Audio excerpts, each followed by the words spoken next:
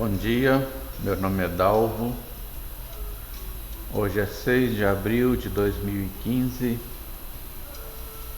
são 10 horas e 22 minutos. Dando continuidade à leitura do livro Boa Nova pelo Espírito Humberto de Campos, psicografado por Chico Xavier. Hoje nós vamos falar do capítulo 14, a lição a Nicodemos. Em face dos novos ensinamentos de Jesus, todos os fariseus do templo se tomavam de inexcedíveis cuidados pelo seu extremado apego aos textos antigos. O mestre, porém, nunca perdeu o ensejo de esclarecer as situações mais difíceis com a luz da verdade que a sua palavra divina trazia ao pensamento do mundo. Grande número de doutores não conseguia ocultar o seu descontentamento, porque, não obstante suas atividades derrotistas, continuavam as ações generosas de Jesus, beneficiando os aflitos e os sofredores. Discutiam-se os novos princípios no grande templo de Jerusalém, nas suas praças públicas e nas sinagogas. Os mais humildes e pobres viam no Messias o emissário de Deus, cujas mãos repartiam em abundância os bens da paz e da consolação. As personalidades importantes temiam-no. É que o profeta não se deixava seduzir pelas grandes promessas que lhe faziam com referência ao seu futuro material. Jamais temperava a sua palavra de verdade com as conveniências do comodismo da época. Apesar de magnânimo para com todas as faltas alheias, combatia o mal com tão intenso ardor que para logo se fazia objeto de hostilidade para todas as intenções inconfessáveis. Mormente em Jerusalém, que com seu cosmopolismo era um expressivo retrato do mundo, as ideias do Senhor acendiam as mais apaixonadas discussões. Eram populares que se entregavam à apologia franca da doutrina de Jesus, servos que o sentiam com todo o calor do coração reconhecido, sacerdotes que o combatiam abertamente, convencionalistas que não o toleravam, indivíduos abastados que se insurgiam contra os seus ensinos. Todavia, sem embargo das dissensões naturais que precedem o estabelecimento definitivo das ideias novas, alguns espíritos acompanhavam o Messias, tomados de vivo interesse pelos seus elevados princípios. Entre estes figurava Nicodemos, fariseu notável pelo coração bem formado e pelos dotes da inteligência. Assim, uma noite, ao cabo de grandes preocupações e longos raciocínios, procurou a Jesus em particular, seduzido pela magnanimidade de suas ações e pela grandeza de sua doutrina salvadora. O Messias estava acompanhado apenas de 2 dos seus discípulos e recebeu a visita com a sua bondade costumeira.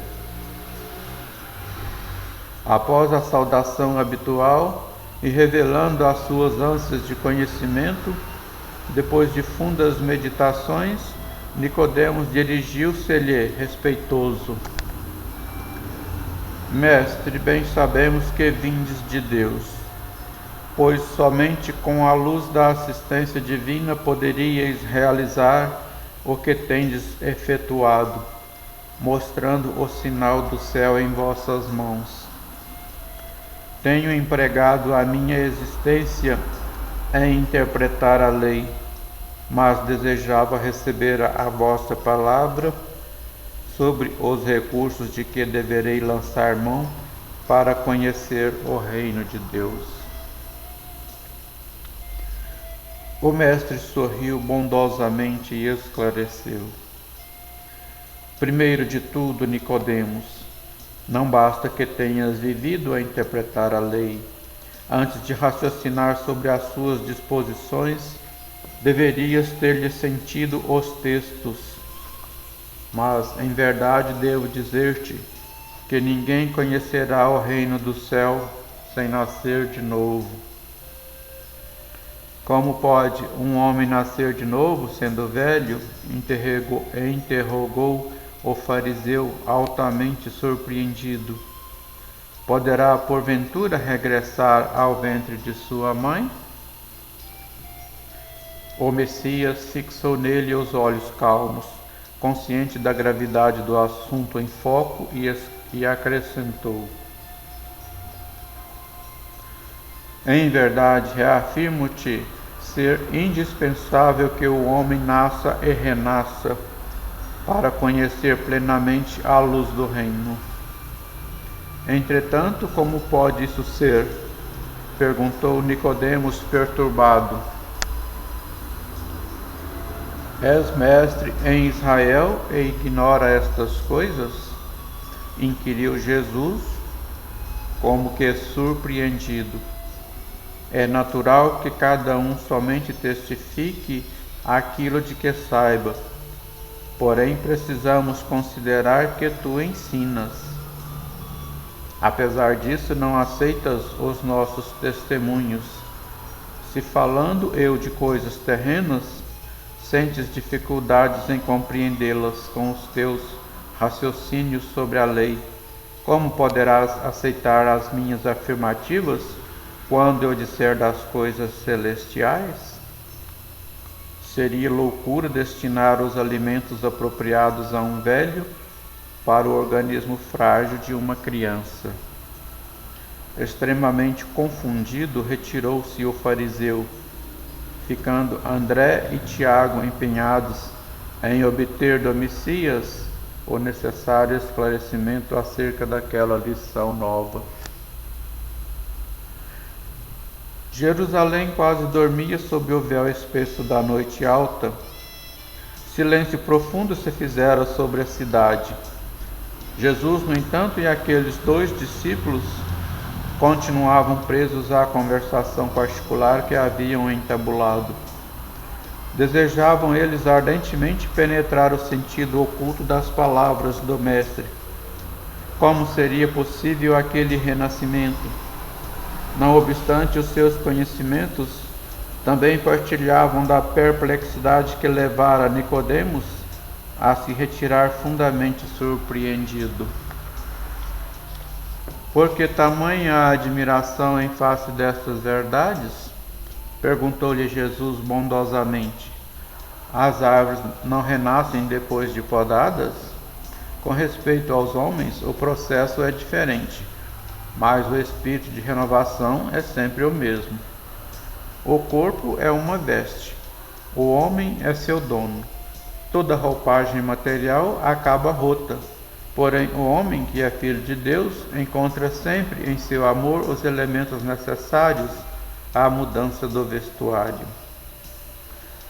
A morte do corpo é essa mudança indispensável, porque a alma caminhará sempre por meio de outras experiências, até que consiga a imprescindível provisão de luz para a estrada definitiva no reino de Deus, com toda a perfeição conquistada ao longo dos rudes caminhos. André sentiu que uma nova compreensão lhe felicitava o espírito simples e perguntou: Mestre, já que o corpo é como que a roupa material das almas, por que não somos todos iguais no mundo? Vejo belos jovens junto de aleijados e paralíticos. Acaso não tenho ensinado, disse Jesus, que tem de chorar todo aquele que se transforma em instrumento de escândalo?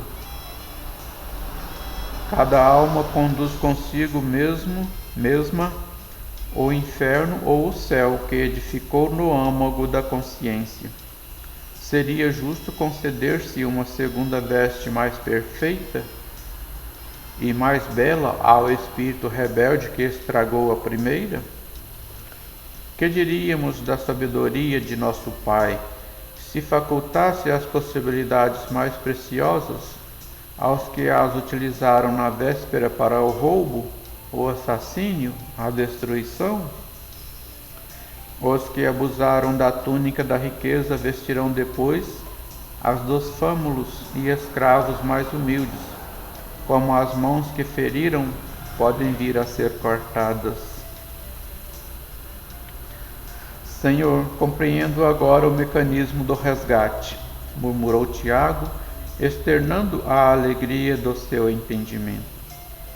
Mas observo que, desse modo, o mundo precisará sempre do clima do escândalo e do sofrimento, desde que o devedor, para saldar seu débito, não poderá fazê-lo sem que outro lhe tome o lugar com a mesma dívida.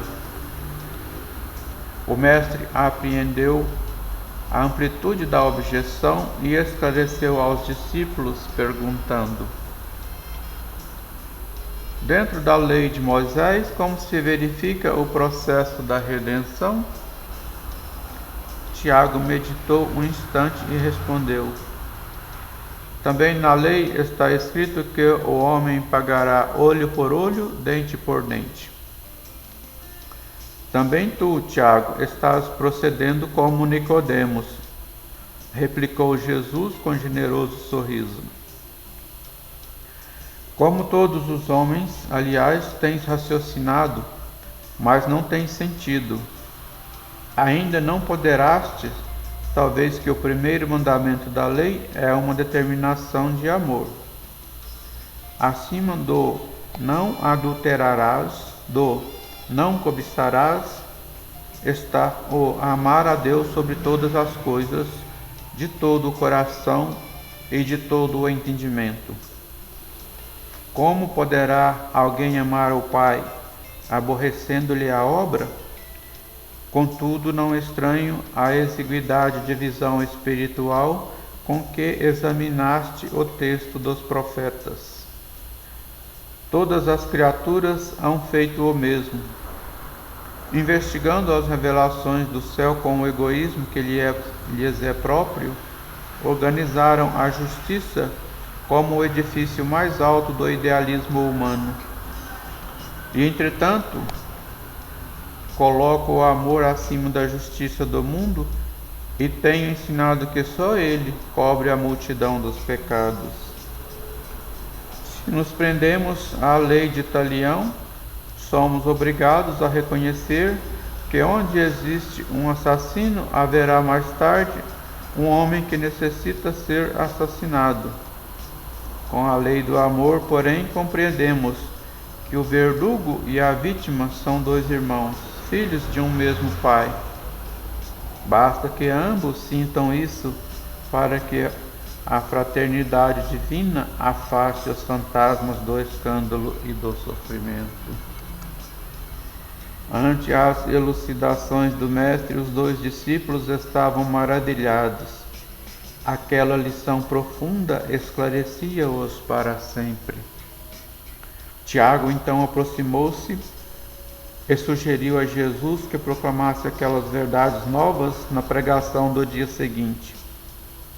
O mestre dirigiu-lhe um olhar de admiração e interrogou: será que não compreendestes? Pois se um doutor da lei saiu daqui sem que eu lhe pudesse explicar toda a verdade, como queres que proceda de modo contrário para com a compreensão simplista do espírito popular? Alguém constrói uma casa iniciando pelo teto o trabalho?